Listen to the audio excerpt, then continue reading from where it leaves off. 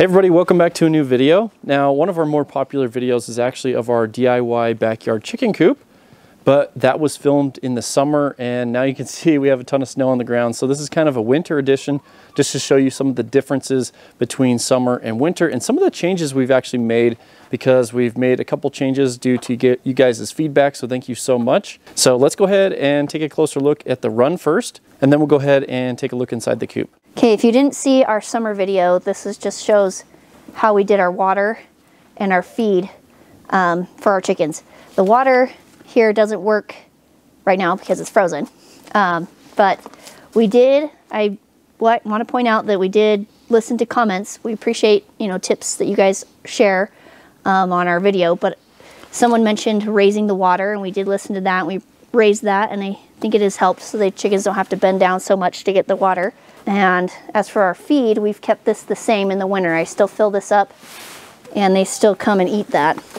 But we'll go ahead and show you some of the things that we've changed with the watering in the winter, because we have a system that's worked really well for us. So this is our second winter with our chickens, and so far our favorite way of watering them is this heated dog bowl. We just run an extension cord that goes to our house, and I have found that raising it is much better. Last year I had it down lower, and it would just get really messy from when they would scratch and dig. So this is, it has stayed much cleaner this way, and a little later I'll show you how I clean that. Something I did want to point out though is we bought this winter to try this out, to, because this is a little bit cleaner. You fill the water and there's a lid, and it won't get as dirty, and I think it would last longer. I wouldn't have to fill water as much. But I was paranoid that our chickens weren't really drinking very much from it. You can see that the nipple here is shaped differently than the ones that we have in there, and I'm not sure. I do think that if you're going to do this method, you have to completely remove your other summer watering to not confuse them. And I think it takes a little bit of training. We got this already when it was cold, and we'll give that a shot this next fall, basically. Yeah, I think we'll just remove that water and then put this one in its place, and then they'll be drinking from this before we even have to plug it in. That's what we'll try next year, but this has worked great. And this is the power cord setup here. You can see how the dog bowl has this metal protection on it so they can't eat the wire, and then that goes up to an extension cord, which basically goes along the whole fence back to the house. Okay, so I have some water that I filled up from the house. I keep this in our little chicken box over there. And this is how I clean their water. I do this about maybe every 2 days. It doesn't really get too dirty, but I like them to have clean water. And I just kind of scrub around in here.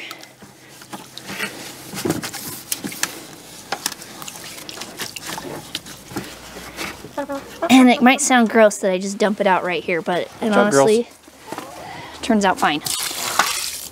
Yeah, it's just dirt. I take my gallon of water, rinse it out completely, put it back, and fill it up. Sometimes if it's not too dirty, I'll just come top it off. But Miss Blacksmith here loves to drink. But you can see that it's just the right height, that they can't really kick into it, but they can still dip their head in and tip the water back to drink it. But yeah, she loves the water, Blacksmith. Yeah. One of the things that we have added since our last video is fermenting chicken feed.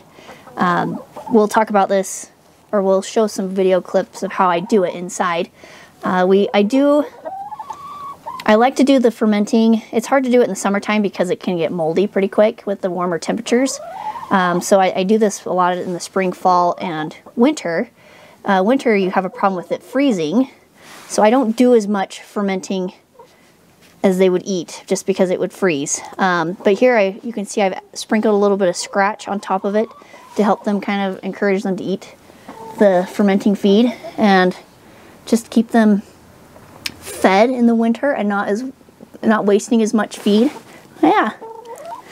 Yeah, we'll talk about the benefits of the fermenting a little bit later when we go through the process of how she puts that together. So with our small flock, this is how we ferment our food in the wintertime. I have to keep it inside so it doesn't freeze. And I just have 3 jars one per day. I think a good rule of thumb is a 1/4 cup of dry feed per chicken. So this is about a cup of food in each jar. I wanted you to see what it looks like. I made this yesterday. So this one's only a day old. This is 2 days old, and this is 3 days old of it fermenting. And you can see that here it's still pretty separated, but as it gets older, it starts to create more gas bubbles inside. And every day you want to make sure that you mix them. Okay, so here's my day 3 of fermenting. I just kind of pour a little bit in my strainer. In the summertime, I do this outside because it's kind of smelly. It's like a yeasty, like sourdough smell. I kind of just move it around to get a lot of the liquid out because that will freeze easier out there. So you got your nice big old clump here. And I'm gonna just, plop it in there like that, and then we're gonna keep going. So some benefits of fermenting chicken feed are, first of all, it's less waste of chicken feed. That's kind of the big reason why we do it, because they do like to spread the dry chicken feed around and not really eat it all, but this, they can eat it all pretty well. Also, it offers more like hydration or fluid for them to take. Something with the fermenting process introduces some good bacteria in their gut as well. So it overall is just healthy for them. There's other reasons for it too. Now I'm gonna eat the last bit of this. Right outside my back door, I just keep a bucket of dry feed, so I don't have to go out very far. And I have this scoop, which it's a little less than a cup of feed, but I just do 1 full scoop. Before I was doing a little more than a full scoop to equal a cup, and they weren't eating it all, okay? Then, bring it in here, and you want to make sure you put plenty of water in there. I think a good rule of thumb is twice the amount of water to feed, but for me, I kind of have a visual of how much I would do. So you can see how that looks, like I've got double the amount. So then, we'll bring it over here, mix it.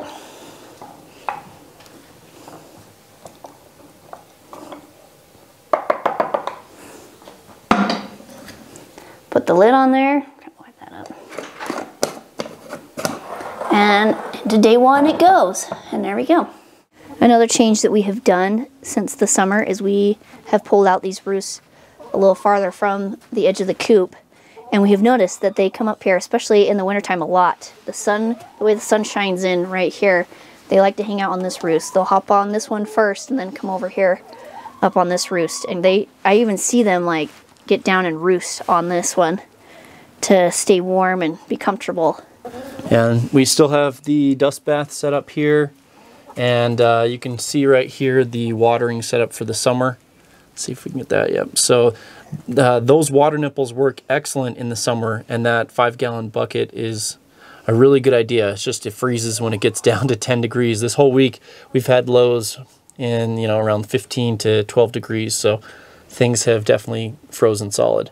All right, maybe you've noticed that we have lots of feathers around in the coop. We find it odd that chickens will start to molt. At least ours have started molting in November. I think some molt earlier, but it's kind of sad that it happens in the wintertime, that they lose their feathers and they look pretty mangy, and it just makes a mess out of the coop. And because it's been really cold in winter, we haven't been the best about keeping it clean, and you can see we're due for cleaning, but this is all, we have this little mini rake that I like to just come in here and rake up all these little debris from the feathers and their So we end up getting a lot poop. of their feathers and poop piles, and just maybe some of we give them a lot of vegetables, and so some of like the vegetable skins that are dried out are all over. But we try to do this, definitely we get to it around more often in the summer, but this winter was pretty interesting. We've kind of had a drought the last couple summers, last couple summers and winters, but we have gotten quite a bit of snow this winter so far, and so we didn't even get a chance to get all of our leaves off the ground. So we still have quite a bit of leaves under the snow, and we didn't get around to cleaning out the coop and the run very well, but this is just showing you guys how it's pretty simple to do. You just have a little rake like this. We just keep that in that box, And once you make a huge pile like this, you can choose to compost it or you can choose to throw it away, whatever you want to do with it. This is what it looks like after we've gone through and raked up all the poop piles and all of the feathers. And we've kind of leveled it out. And we try to do this about every, I don't know, maybe twice a month, I would say. In the wintertime, it's not that often. But man, it looks much cleaner. Now, if you guys remember, we have this outdoor container where we keep the bedding, the food, the scratch, mealworms, all that stuff. We also keep these small little tools in here. So it's just easy to, you know, kind of work on it without having to go get tools from the garage or anything like that. And it does do a good job keeping everything dry. So let's go ahead and break down the changes with the coop really fast. Now for the egg boxes, nothing's really changed here. Their production in the winter goes down to basically nothing. So we have very few eggs in the winter. For insulation, I take this foam board and I block off basically 3/4 or even more than that because their roost is right here and we get a lot of windy nights and things like that. So I want to keep them warm so they don't have any drafts. So we just put this foam insulation board in here and I have one on the other side. And then I also put insulation board up in here, but we'll go ahead and open up the coop so you guys can see in there. So Katie's going to go ahead and open it up and we're going to show you guys our big the inside. tower of poop that's in here. All right. Yep, we haven't been the best about cleaning up where they sleep, and you can see that you get quite the pile. The good thing about winter though is it's all frozen in one giant piece. So you just pick it up in one piece and then throw it in the trash bag. We have a trash bag, yeah. Yep, so we have a trash bag that we throw it into, and I'm gonna help Katie with that, so 1 second. Okay, so now that we got it all cleaned up, we removed all the poop and basically just churned up all the bedding and put some new stuff mixed in. And this is about 6 to 8 inches deep, and we just churn it up every time we clean it out. Now you can see the other side, I have the vent with the insulation foam, and then this side right here, this is where the other insulation foam is, and this is where their roost is. So they sleep just right here. 2 of them sleep here, then 2 of them sleep right here. So they're always on this side, so I didn't want that coming over. And up here I have that foam insulation blocking off about a little more than half, and then up here as well, just so they don't get a draft on them. So if you guys want to check out our original video, I'll include it down in a pinned comment so you guys can see a little bit more in depth about how this is put together and the run itself. You guys gonna feed the chickens? So what I'm gonna do is I'm gonna make them a delicious pizza. You're gonna make them some pizza? Yep, giving them some scratch. Look at poor Buffy here. She's still recovering from her molt. Yeah, she was the longest molter. All the other chickens have kind of all recovered from it. Good job. Good job, girls. I think they like your pizza, Cleo. Is that some good chicken food pizza? Let him take it and walk off with it. Just hand it to him. Oh, he's just gonna eat it. Venturing out in the snow. Okay, well that's basically everything that we want to show you guys with this winter update. Really appreciate the feedback that we got earlier on the changes that we should make with the coop and run. If you guys have any other feedback for winter chickens, let us know. And if you guys found this video helpful, please throw a comment down below, let us know too, because we're hoping to make backyard chickens easy for everyone, because it's really simple and it's really enjoyable, and we find it just really rewarding. Sorry, my mouth's cold. Can't talk here. What do you think, Katie? Do you like the backyard chickens? Oh yeah, I think it's just neat that we can have this set up and yet be in such a urban place still and feel like we have our own like farm fresh eggs. Yep, farm fresh eggs. Anyway guys, thank you so much for watching. I know most of my content's about my solar panels, and since that video is so popular, we do have quite a bit of new subscribers on the channel because of the chicken coop, so I thought it'd be helpful to show you guys our winter setup. Anyway guys, have a good one. Merry Christmas. We'll see you guys later.